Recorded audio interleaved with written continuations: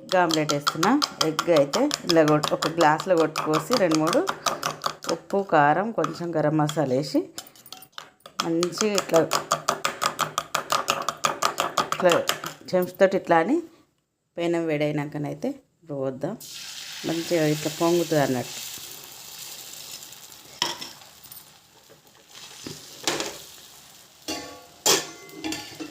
పొంగినట్టుగా వస్తుంది. మూత వేసుకుందాం ఒక 2 నిమిషాలు.